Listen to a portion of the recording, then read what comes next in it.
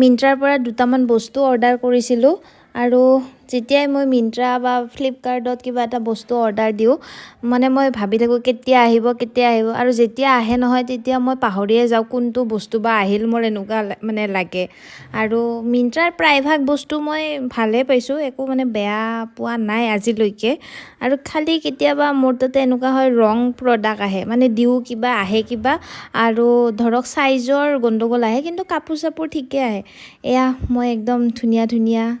মণি মুকুতা order দিছিলোঁ আৰু যেনেকুৱা দেখাইছিল সেনেকুৱাই আহিছে আৰু বস্তুটো মানে হেভি হয় ইমান মানে পাতল নহয় ৱেট আছে বস্তুটো বহুত ধুনীয়া দেই চেইনডাল